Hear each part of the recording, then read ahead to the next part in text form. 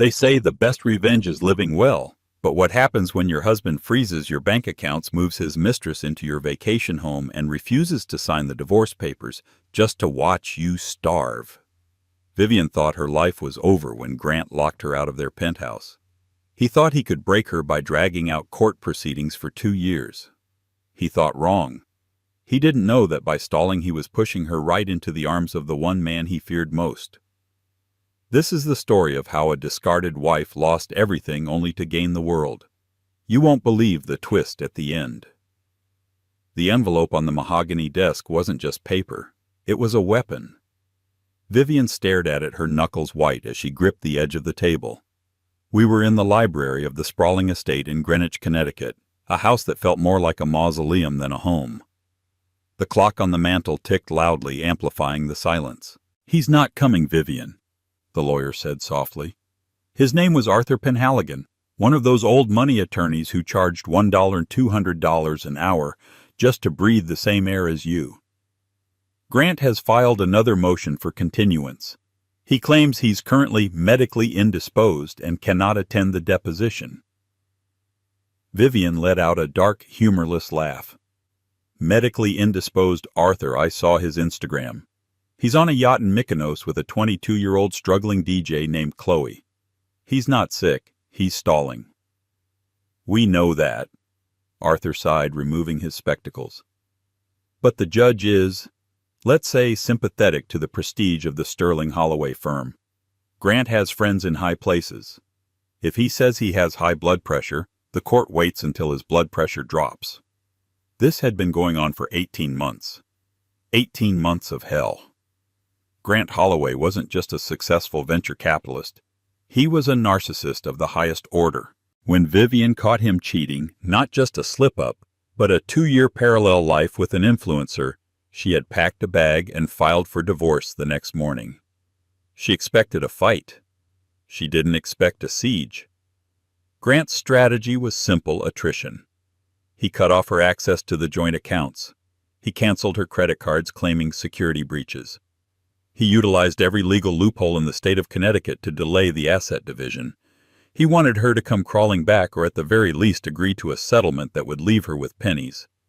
"I can't keep doing this, Arthur," Vivian whispered, looking at the rain lashing against the window. "I have $300 to my name. I'm staying in a studio apartment in Queens that smells like boiled cabbage because I can't afford a hotel. I was a partner at an art gallery before I married him. I had a life. And we will get it back," Arthur promised, though he didn't look convincing. "But right now, unless you sign the NDA and the settlement he offered, which is frankly insulting, we have to wait for the court date in November." November. It was currently July. Vivian stood up, smoothing down the skirt of the only designer suit she hadn't sold on the Real yet. "I won't sign. I helped him build Holloway Ventures. I hosted the dinners, I charmed the investors, I proofread the pitch decks when he was too drunk to see straight. I earned my share." She walked out of the office and into the humid New York afternoon. Her phone buzzed. It was a notification from a friend, a screenshot of a TMZ article. Headline: Grant Holloway spotted at the Pierre with mystery blonde. Sources say the divorce is amicable and wife is mentally unstable. Vivian felt the bile rise in her throat. Mentally unstable. That was his new narrative. If he could paint her as crazy, he could invalidate the prenup modification they signed 5 years ago. She needed money. She needed a job. But Grant had blacklisted her. Every gallery in Manhattan knew that hiring Vivian meant losing Grant's patronage. He was strangling her slowly, publicly, and with a smile. She walked toward the subway, her heels clicking on the pavement. She stopped at a bodega to buy a bottle of water, counting out the loose change in her purse. "Declined?" the cashier said, bored. "Excuse me." "Card declined." Vivian froze. It was her personal debit card, the one account Grant wasn't supposed to be able to touch. She checked her banking app. Balance: $450. Overdraft fees. A text popped up from Grant. "Oops. Looks like the IRS audited our joint tax filings from 2019. Since we're still legally married, they froze everything until it's sorted. Could take months. If you need cash, Chloe suggests you try DoorDash. I hear they're hiring. XOXO. Vivian stared at the screen until the tears blurred the text. He wasn't just dragging it out. He was hunting her. She walked out of the bodega waterless and sat on a bench in Central Park. She looked up at the towering luxury condos of Billionaire's Row. Somewhere up there, people were safe. I will kill him, she muttered to herself. I will absolutely destroy him. But she didn't have a weapon, not yet. What she didn't know was that the weapon was about to walk into her life, and he wouldn't look like a lawyer or a judge. He would look like the devil in a bespoke Tom Ford tuxedo. 3 weeks later, Vivian wasn't doing DoorDash. She was doing something arguably more humiliating for a woman who used to chair the Met Gala committee. She was working catering. It was a masked ball charity event at the St. Regis. The agency didn't care who she was as long as she could balance a tray of champagne flutes and remain invisible. The mask requirement was a blessing. It hid her face. If anyone from her old life saw her serving hors d'oeuvres, the gossip would destroy what little dignity she had left. The ballroom was a sea of silk diamonds and hollow laughter. Vivian moved through the crowd like a ghost, dodging groping hands and spilled drinks. "Champagne, sir?" she asked a group of men near the orchestra. One of them turned. Vivian's blood ran cold. It was Preston Calloway, one of Grant's best friends and his CFO. He was laughing, holding a scotch. "So I told Grant," Preston bellowed, "just wait until the vesting period hits in October. Once the IPO goes public, the valuation triples. If he's still married, he can claim spousal immunity on the older assets if the SEC comes knocking. He just needs to keep the bitch on the hook for 3 more months." Vivian's hand trembled. The champagne flutes rattled. IPO vesting period. Grant had told the court his company was near bankruptcy. He claimed the assets were worthless, but Preston just admitted they were about to triple in value, and Grant was stalling the divorce to use Vivian as a legal shield against the SEC Securities and Exchange Commission. He was committing fraud, and he was using her as the scapegoat. She was so stunned she didn't notice the man stepping backward behind her. Crash! Vivian collided with a solid wall of muscle. The tray tipped. 5 flutes of vintage Dom Perignon cascaded down the back of a midnight blue tuxedo jacket. The music seemed to stop. The nearby conversation died instantly. Vivian gasped, dropping to her knees to pick up the glass shards. "Oh my God! I am so sorry. I am so sorry." She looked up. The man she had soaked turned around slowly. He wasn't wearing a mask. He didn't need to. When you are Sterling Vance, you are the face of power. Sterling Vance, owner of Vance Global, tech mogul, aerospace pioneer, a man worth roughly $40 billion. He was known for 2 things: his ruthlessness in business and his absolute hatred of the press. He was the Wolf of Wall Street, if the wolf had actual teeth and didn't do drugs. He looked down at his ruined jacket, then at Vivian. His eyes were a piercing, icy gray. "You," Preston Calloway sneered, stepping in. "You clumsy idiot. Do you know who this is? You just ruined a $10,000 jacket." Preston grabbed Vivian's arm to haul her up. "Security, get this trash out of—" "Let her go," a deep voice rumbled. It wasn't loud, but it silenced the room. Sterling Vance didn't shout. He commanded. Preston released Vivian immediately, looking terrified. "Mr. Vance, I was just handling the help. She ruined your suit." Sterling ignored Preston entirely. He looked down at Vivian, who was still on her knees, a piece of glass cutting slightly into her palm. He saw the blood. He saw the terrified eyes behind her cheap lace mask. He extended a hand. "Stand up," Sterling said. Vivian hesitated, then took his hand. His grip was warm and firm. He pulled her to her feet with effortless strength. I can't pay for the cleaning. Vivian stammered, her voice breaking. I'll lose this job. Sterling looked at her intently.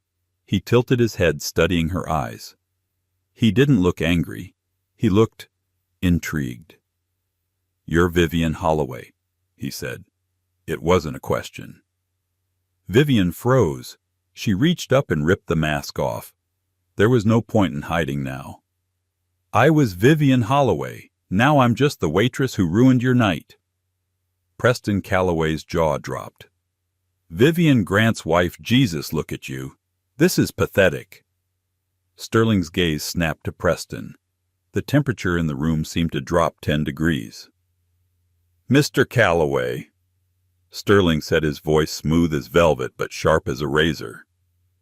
I believe I heard you discussing an upcoming IPO for Holloway Ventures. Something about avoiding the SEC. Preston turned pale.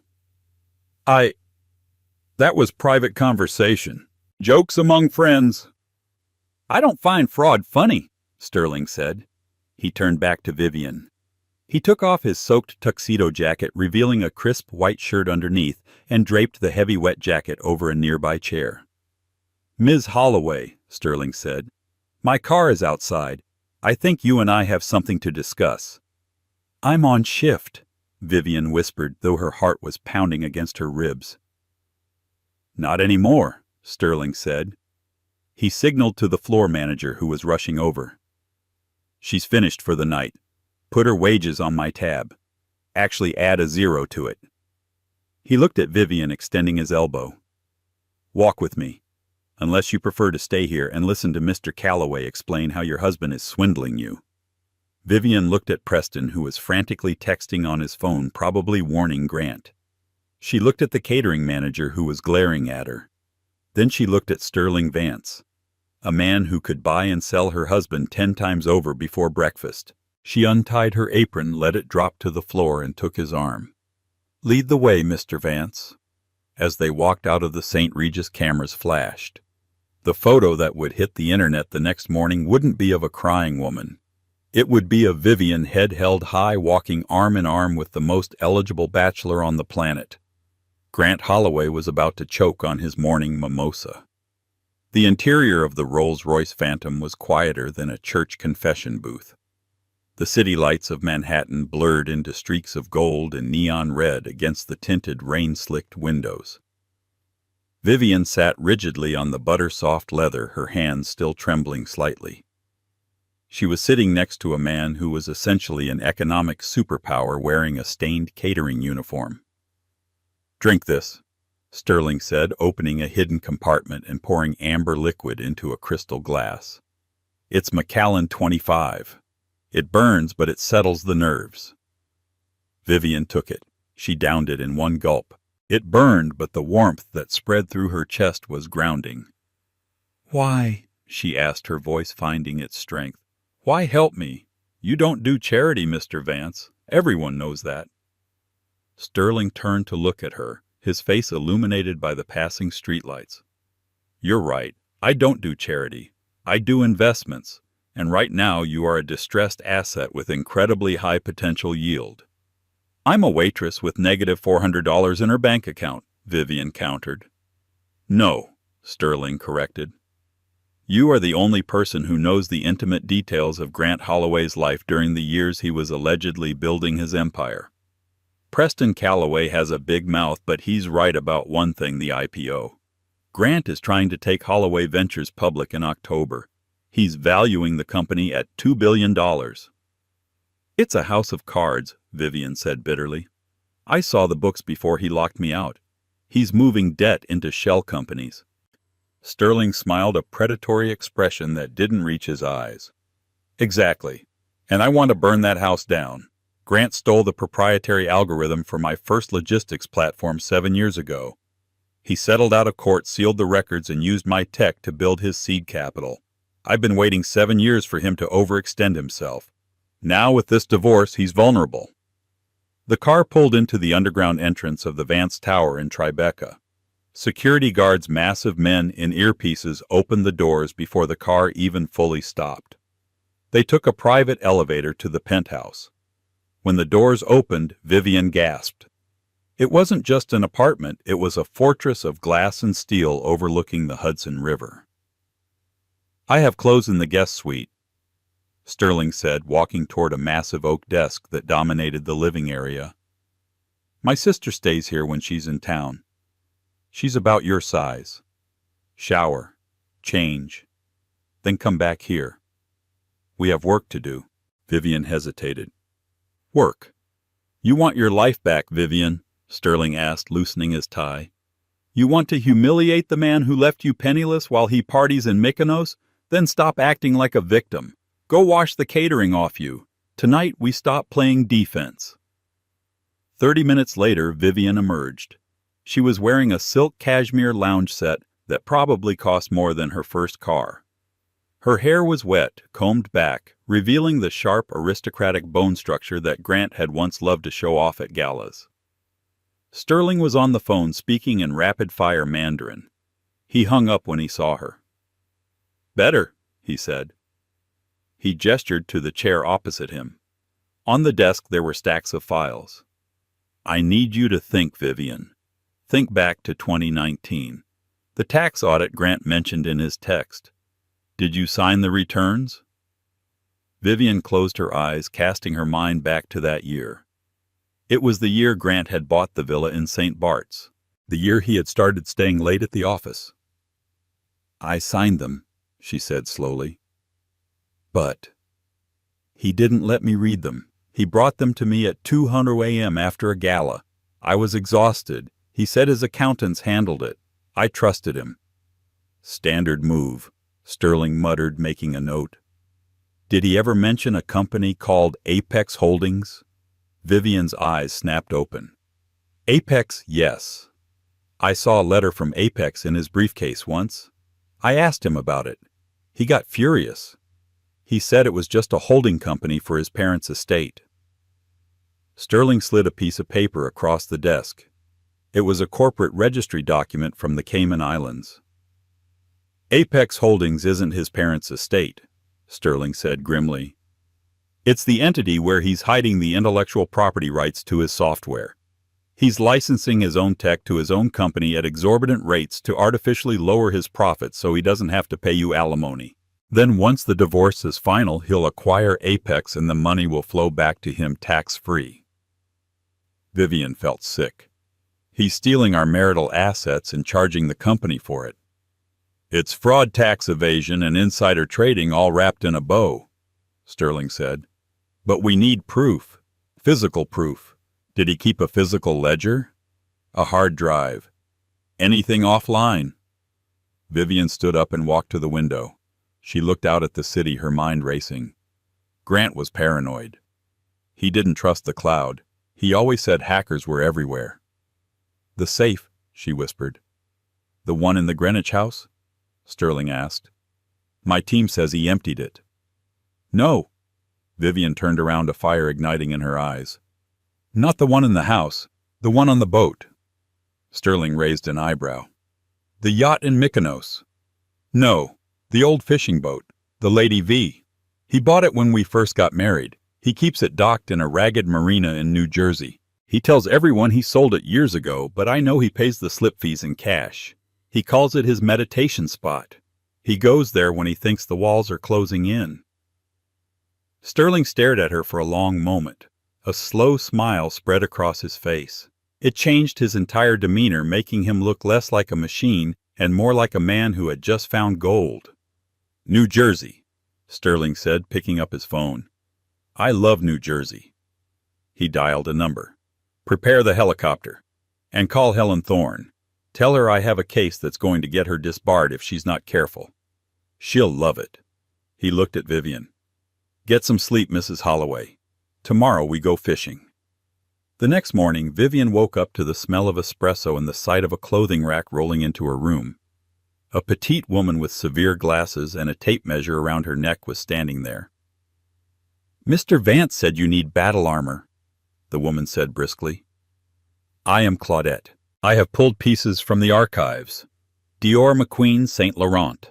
Sharp shoulders, aggressive silhouettes, If you are going to war, you cannot look like a wife. You must look like a widow who just buried the husband she killed. Vivian touched the fabric of a black blazer. It was structured powerful. She realized Sterling wasn't just helping her legally, he was rebranding her. By 10:00 a.m., Vivian was transformed. She wore a sharp white architectural blouse, high-waisted black trousers that elongated her legs, and stilettos that could puncture a lung. Her hair was blown out straight and sleek. She walked into the main room. Sterling was there, dressed in a gray suit, reading a tablet. He looked up, and for a second he didn't say anything. He just nodded. "Helen is here," he said. Sitting on the sofa was a woman who looked like a grandmother but had the reputation of a cartel enforcer. Helen Thorne, the divorce attorney who had famously stripped a Russian oligarch of his superyacht and his private island in a single hearing. "So," Helen said, her voice raspy from years of smoking, "this is the woman Grant Holloway thinks is stupid." "He thinks I'm weak," Vivian corrected, sitting down. "There's a difference." "Good?" Helen grinned. "I like the weak ones. They have better surprise attacks." Helen opened a folder. "Sterling briefed me on the Lady V boat in New Jersey. His security team went there at 4:00 a.m. They didn't break in, that would be illegal. But they did acquire the marina's security logs and found a very interesting discrepancy in the ownership papers. The boat is registered to Chloe Miller." Vivian's jaw tightened. "His mistress?" "Exactly," Helen said. "Which means if we can prove Chloe doesn't have the income to buy that boat, it's a gift of marital assets. That opens the door for a forensic audit of her accounts. And through her we get to Grant." "But we need to rattle him first," Sterling interjected. "Grant is comfortable. He thinks Vivian is destitute. He needs to see that the dynamic has shifted." "Lunch," Vivian said suddenly. They both looked at her. "Grant is back from Mykonos today," Vivian said.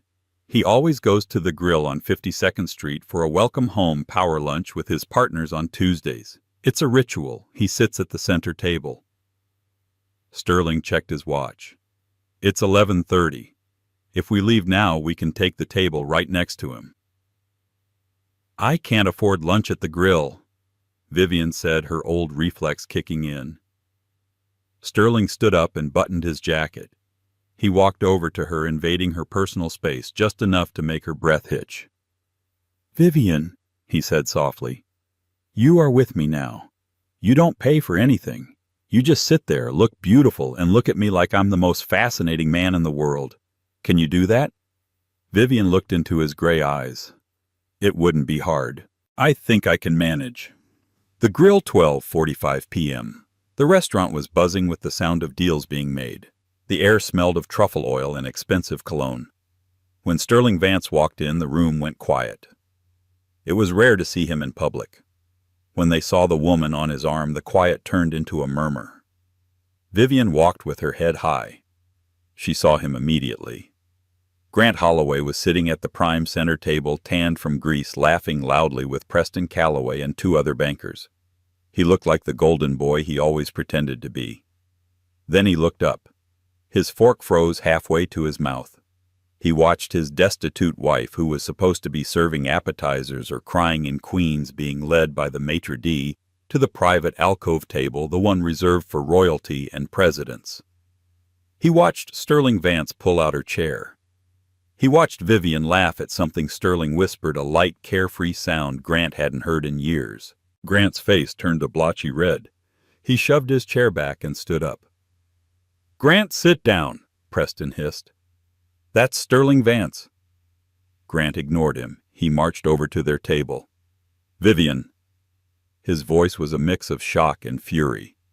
Vivian turned slowly, sipping her sparkling water. She looked at him with cool detachment. "Hello, Grant. You're back early. I thought Chloe needed more time to work on her tan." Grant's knuckles gripped the edge of their table. "What the hell is this? Who is paying for this?" "You're broke, Vivian. You're embarrassing yourself." Sterling didn't even look up from his menu. "Your wife is having lunch, Holloway. Lower your voice or I'll have security remove you." Grant sneered at Sterling. "Stay out of this, Vance. You don't know her. She's a leech. She's trying to bleed me dry." He turned back to Vivian. "You think being seen with him scares me? You think this changes anything? I still control the accounts. I still own the house. You are nothing without me." Vivian set her glass down. The clink was sharp. She stood up. In her heels, she was almost eye level with him. "I used to think that," she said, her voice steady and loud enough for the nearby tables to hear. "I used to think I was nothing. But then I remembered who proofread the patent filings for the Holloway algorithm. I remembered who organized the seed rounds. And I remembered where you keep the ledger for Apex Holdings." The color drained from Grant's face so fast it looked like he was going to faint. You don't know what you're talking about," he stammered. "Don't I?" Vivian smiled, and it was terrifying. "Enjoy your lunch, Grant. I hear the prison food is quite bland, so you should savor the truffles while you can." Grant stood there, mouth opening and closing like a fish. Sterling stood up, then towering over Grant. He placed a hand on Grant's shoulder, a gesture that looked friendly but was clearly a threat. "I believe the lady is finished with you," Sterling said. "Run along, Grant. Go call your lawyers. You're going to need them." Grant stumbled back, looking around the room. Everyone was staring. The humiliation was total. He turned and fled the restaurant, leaving Preston and the bankers staring in shock. Vivian sat back down, her heart hammering against her ribs like a trapped bird. She felt dizzy. Sterling reached across the table and took her hand. His thumb grazed her knuckles. "Breathe," he commanded gently. "You did it." "Did you see his face?" Vivian whispered, a hysterical laugh bubbling up. "He looked scared." "He is scared," Sterling said. "But a scared animal is dangerous. He's going to retaliate, and he's going to do it dirty." As if on cue, Vivian's phone buzzed on the table. It was an email notification, but it wasn't from Grant. It was a Google alert she had set up for her own name years ago and forgotten about. New article indexed. Daily Mail headline: "Gold digger exposed, Vivian Holloway's secret past in Las Vegas and the escort rumors." Vivian's blood ran cold. She grabbed the phone. "What is it?" Sterling asked, his grip on her hand tightening. "He's not just fighting me in court," Vivian whispered, showing him the screen. "He's leaking fake stories. He's going to destroy my reputation so no one believes me about the fraud." Sterling looked at the headline. His eyes darkened to the color of a stormy sea. "Let him try," Sterling said. "He just brought a tabloid to a gunfight. Vivian, are you ready to go to New Jersey?" "Now. Right now. We need that ledger before he realizes you weren't bluffing about knowing where it is. If he gets to the boat first, we lose." Sterling threw a stack of cash on the table to cover a lunch they hadn't eaten. "Let's go," he said. "The helicopter is waiting." As they ran out of the restaurant hand in hand, Vivian realized something. For the first time in 2 years, she wasn't running away from the fire. She was running straight into it, and she had a flamethrower by her side. But the secrets on the Lady Five were worse than just financial fraud. They were about to uncover something that would put not just Grant, but half of Wall Street behind bars, and put a target on Vivian's back that no amount of money could remove. The chopper blades sliced through the gray sky, chopping the rain into mist. Below them, the Hudson River was a ribbon of steel. Vivian sat with a headset on, clutching her knees. The adrenaline from the restaurant confrontation was fading, replaced by a cold, creeping dread. "He knows we're coming," she said into the mic. "Grant isn't smart, but he's paranoid. If he called the marina manager, the boat could be gone." Sterling looked out the window, his profile sharp against the gloomy backdrop. "The marina manager in that part of Jersey is on the payroll of the local organized crime syndicate. Incidentally, my security firm contracts with them for logistical support. The boat isn't moving." They landed at a private helipad in Weehawken where a black SUV was waiting. This wasn't the Rolls-Royce. This was an armored Suburban with bulletproof glass. As they drove toward the marina, the scenery shifted from luxury condos to rusted chain-link fences and abandoned shipping containers. The marina was a graveyard of forgotten ambition rotting fishing trawlers docked next to once glamorous speedboats that hadn't seen the ocean in a decade. "The Lady Vive is at the end of Dock 4, Vivian said, pointing. It was a 45-foot sea ray looking tired and unwashed. The name Lady Vive was peeling off the stern, a cruel metaphor for their marriage. "Kozlov," Sterling barked at his head of security, a massive man sitting in the front seat. "Secure the perimeter. No one gets down that dock." "Copy, boss." Sterling and Vivian stepped out into the rain. They ran down the wooden planks, the water soaking Vivian's new architectural blouse instantly. "Where is it?" Sterling asked as they jumped onto the deck. "He wouldn't put it in the safe." Vivian said, her mind racing back to the days when Grant would get drunk and brag about his genius hiding spots. "He thinks safes are for decoys. He likes plain sight mechanics." She rushed into the cabin. It smelled of stale beer and mildew. She tore the cushions off the seating area. Nothing. She opened the galley cupboards. Nothing. "Think, Vivian," Sterling urged, watching the dock through the porthole. "You said he called this his meditation spot. What does he do here? He drinks. He smokes cigars. He plays chess." Vivian's eyes darted to the small bolted-down table in the corner. On it sat an ornate marble chessboard. It had been a wedding gift from Preston Calloway. She rushed over to it. The pieces were glued down standard for a boat, but the board itself looked too thick. "Grant isn't smart enough for chess," Vivian muttered. "He only plays to look intelligent." She grabbed the queen, the black queen, and twisted it. It didn't move. She tried the white king. It clicked. With a soft hiss, a magnetic latch released. The top of the marble board popped up a fraction of an inch. "Got you," she whispered. She lifted the heavy stone slab. Inside the hollowed-out base was not just a ledger.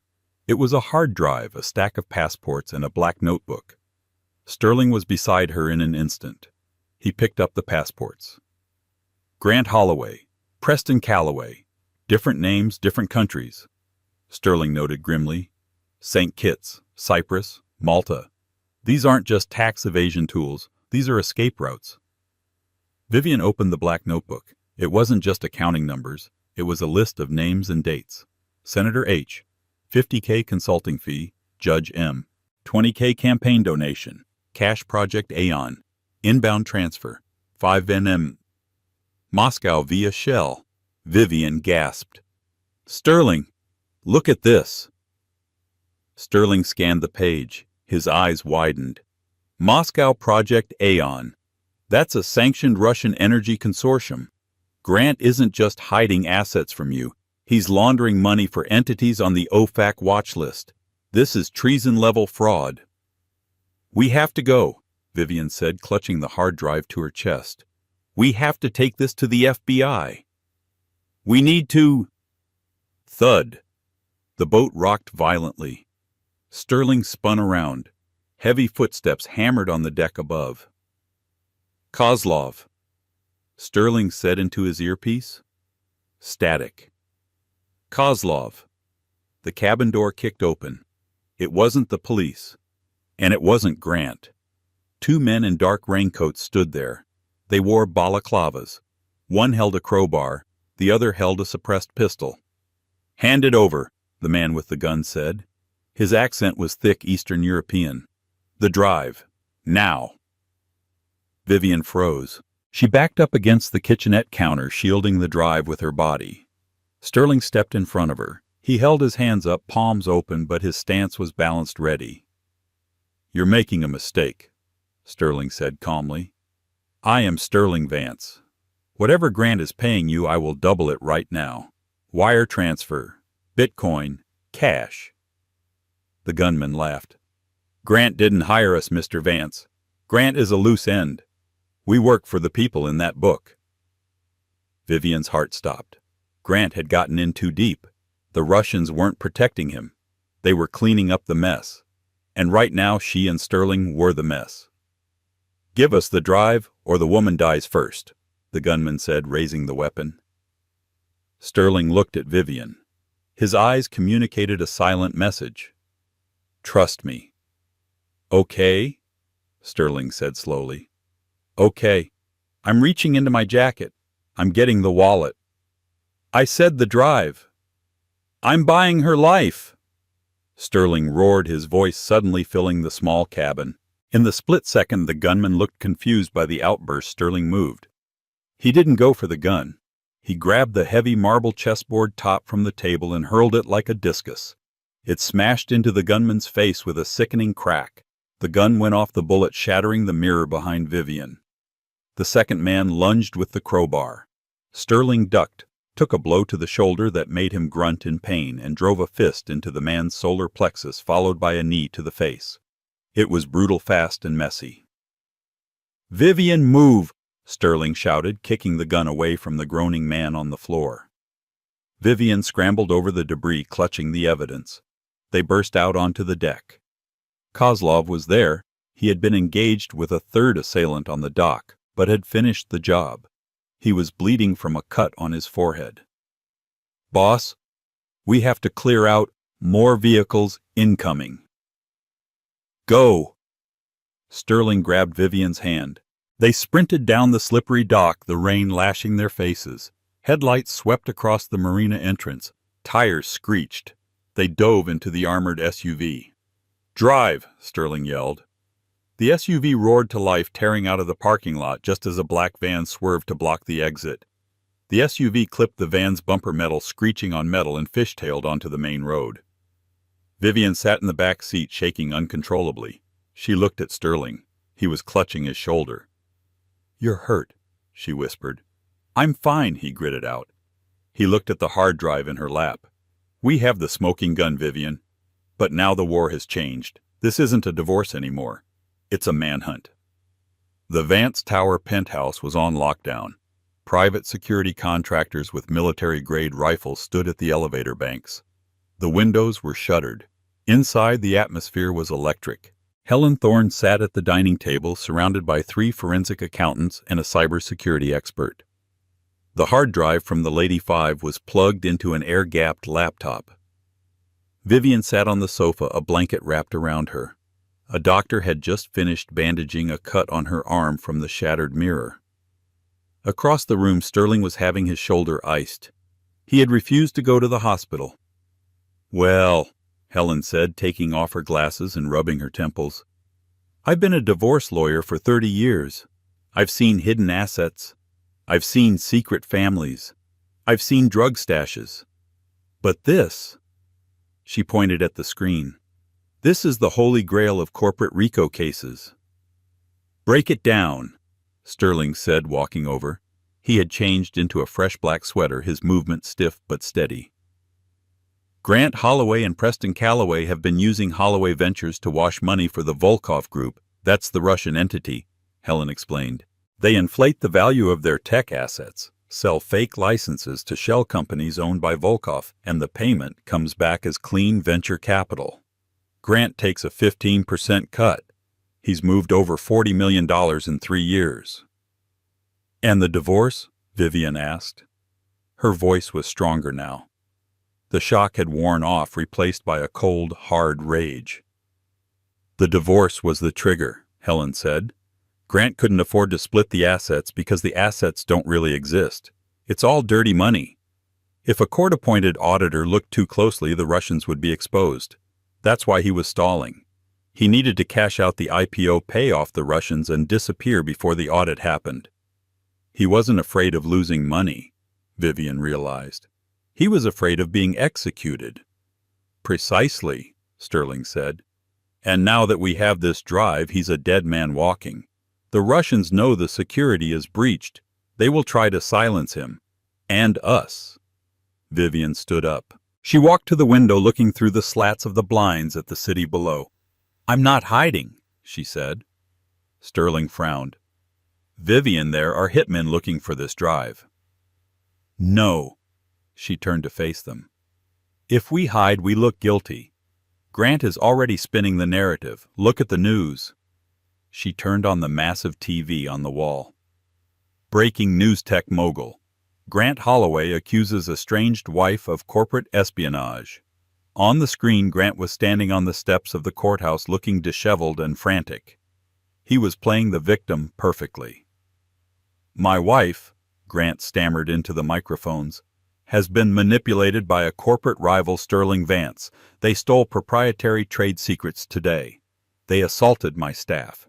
She is mentally unwell and dangerous." Vivian watched the screen, her face unreadable. "He's trying to get ahead of the story," Helen said. "He wants to get a warrant for your arrest, so the police seize the drive before we can decrypt it all." "Then we give it to them," Vivian said. The room went silent. "What?" Sterling asked. "We don't give it to the police," Vivian clarified. "We give it to the world. Grant thrives in the shadows. The Russians thrive in the shadows. So let's turn on the lights, all of them." She looked at Sterling. "You own a media conglomerate, don't you? The New York Chronicle?" Sterling smiled slowly. "I do." "I want an interview," Vivian said. "Live.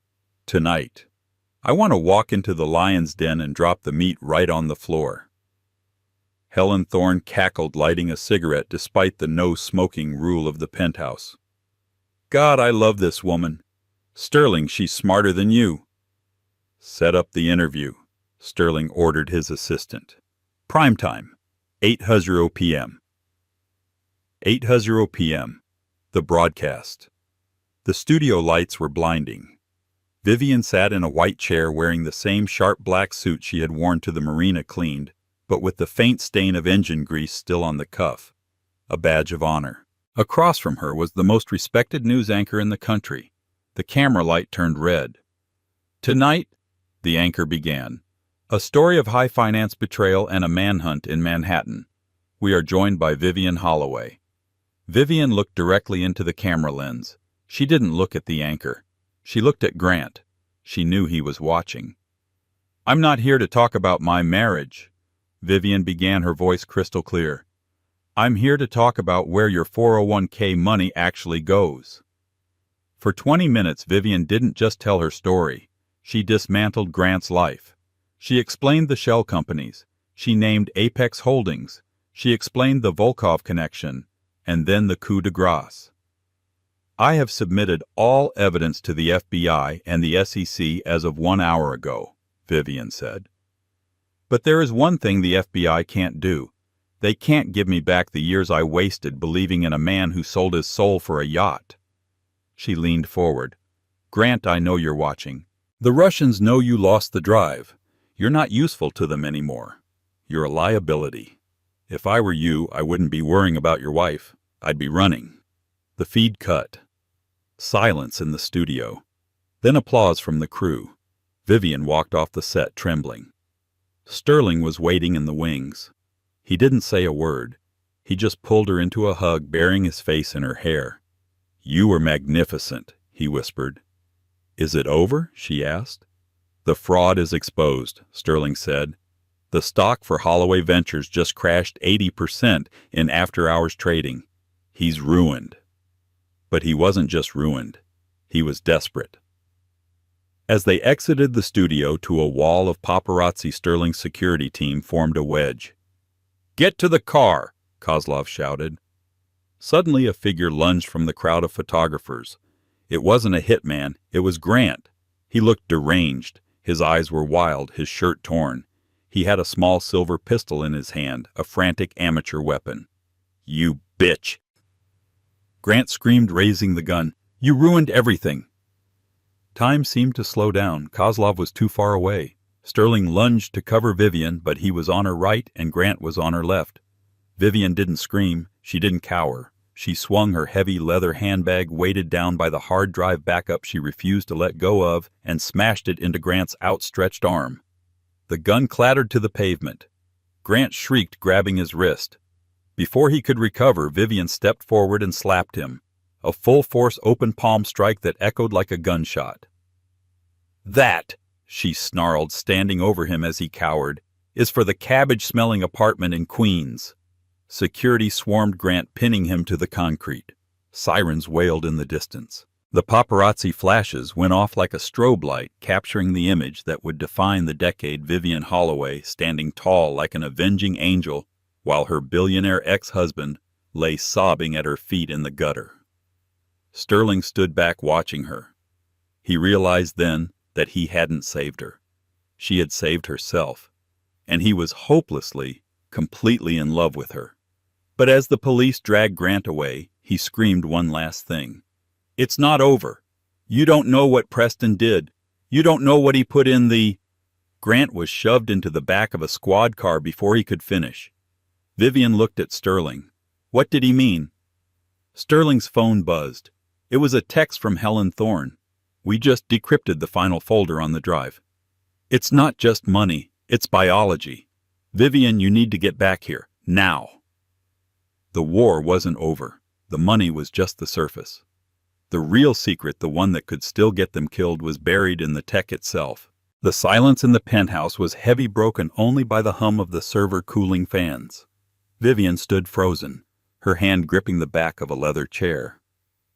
"Biology," Vivian asked, her voice barely a whisper. "What does that mean?" Helen Thorne didn't look triumphant anymore. She looked sick. She turned the laptop screen toward Vivian. "We found a subdirectory in the Project Aeon folder," Helen said softly. "It's labeled Subject V Toxicity Log." Vivian felt the blood drain from her face. She stepped closer, reading the cold clinical spreadsheet on the screen. January 14th, 2023. Dosage increased to 5 milliurs. Subject reports dizziness/confusion. February 2nd, 2023. Subject missed gala due to migraine. Hallucinations reported. Success. March 10th, 2023. Subject is compliant. Signed transfer documents without reading. "He wasn't just gaslighting you, Vivian," Sterling said, his voice shaking with a suppressed volcanic rage. "He was poisoning you." Vivian read the chemical name listed: scopolamine derivative combined with synthetic psilocybin. "He was drugging me." Vivian realized the pieces of the last 2 years slamming into place. The day she couldn't get out of bed, the time she forgot where she parked the car, the emotional outburst that Grant would record on his phone and show her later saying, "Look how crazy you are, honey." "He did it to invalidate the prenup," Helen explained grimly. "If he could prove you were mentally incompetent, he could get power of attorney. He could sign away your rights to the company's shares. He didn't just want to divorce you, Vivian. He wanted to institutionalize you. And—" Helen scrolled down. "He had taken out a $20 million key person life insurance policy on you, payable to the company in the event of an accidental overdose or suicide." Vivian fell back into the chair. The man she had shared a bed with, the man she had loved for a decade, hadn't just cheated. He had been slowly, meticulously planning her death for profit. The room spun. Sterling was there instantly, kneeling beside her chair. He took her cold hands in his. "He can never hurt you again." Sterling swore, his gray eyes fierce. "I will spend every dollar I have to ensure he never sees the sun again." Vivian looked at the screen, then at Sterling. She didn't cry. The tears were gone. In their place was something harder, diamond hard. "No," Vivian said. "Don't just send him to prison. Make sure everyone knows. Release the toxicity logs. Release it all." 6 months later. The trial of the people versus Grant Holloway was the most watched event since the O.J. Simpson verdict. The courtroom in Lower Manhattan was packed. When the prosecution displayed the toxicity logs on the giant screens, a collective gasp went through the gallery. Grant, sitting at the defense table, looked like a husk of a man. His tan was gone. His hair was thinning. He wore a cheap suit provided by his public defender because all his assets had been frozen. Preston Calloway had turned state's witness in exchange for a reduced sentence of 5 years. He sang like a canary. He detailed the money laundering, the Russian connections, and the poisoning scheme. Vivian sat in the front row wearing pure white. She looked untouched, ethereal, and untouchable. When the jury foreman stood up, the room held its breath. We find the defendant Grant Holloway guilty on all counts, including attempted murder in the first-degree wire fraud and racketeering. The judge, the Honorable Judge Merrick Garland, a fictionalized version for the story, or use a generic name like Judge Arthur Vance to keep it safe, looked over his spectacles. Mr. Holloway, your greed knows no bounds. You are sentenced to 25 years in federal prison without the possibility of parole, followed by deportation proceedings for your dual citizenship violations. As the bailiffs cuffed Grant, he looked back at the gallery. He searched for Chloe, his mistress. She wasn't there. She had sold her story to Netflix and moved to Bali. Then Grant saw Vivian. He opened his mouth to speak, perhaps to beg, perhaps to curse. Vivian simply turned her head away and whispered something to the man sitting next to her. Sterling Vance. Sterling nodded, stood up, and offered Vivian his arm. They walked out of the courtroom together, leaving Grant screaming into the void as he was dragged away to a cell at ADX Florence, the Supermax prison. 1 year later, the charity gala for the New York Neurological Institute was the event of the season. The paparazzi lined the red carpet outside the Met. They were shouting names, desperate for a shot. "Vivian, Vivian, look here!" A sleek black limousine pulled up. But this wasn't Sterling Vance's car. It was hers. Vivian stepped out. She was wearing a custom gold gown that shimmered like liquid fire. She wasn't just a socialite anymore. She was the CEO of Phoenix Logistics, a company she had started with the settlement money from the divorce money she had clawed back from Grant's hidden offshore accounts. She wasn't just a survivor. She was a tycoon. A reporter thrust a microphone in her face. "Vivian, is it true that Phoenix Logistics just surpassed Holloway Ventures' old valuation?" Vivian smiled. "We actually doubled it this morning." "And what about your personal life? Are the rumors true?" Vivian turned. Walking up the carpet behind her was Sterling Vance. He looked as dashing as ever, but he wasn't leading her. He was walking beside her. He stopped, took her hand, and kissed the ring finger. A massive 10-carat yellow diamond sat there. "They aren't rumors," Sterling said to the cameras. She finally said yes. The crowd went wild. Inside the gala, away from the cameras, they stood on the balcony overlooking Central Park. "You know," Sterling said, handing her a glass of champagne, "I was thinking about the day we met. You were covered in champagne and glass. And you were the rudest man in New York." Vivian laughed. "I was captivated," Sterling corrected.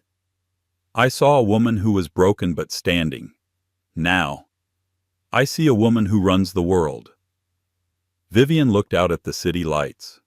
She thought about the cold apartment in Queens. She thought about the fear. She thought about the woman she used to be, the one who signed papers without reading them, who trusted blindly. That woman was gone.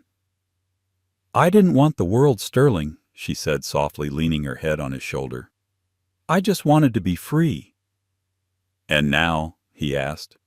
Vivian looked up at him, smiling, a genuine, radiant smile that reached her eyes. "Now," she said, clinking her glass against his, "I'm going to buy the yacht he loved so much and turn it into a floating garbage scow." Sterling threw his head back and laughed. "God, I love you." "I know," Vivian said. "I love me too." And as they stood there, two titans at the top of the world, Vivian knew the truth. The best revenge wasn't living well. The best revenge was outliving the version of yourself that tolerated less than you deserved. She ended up smiling next to a billionaire, yes.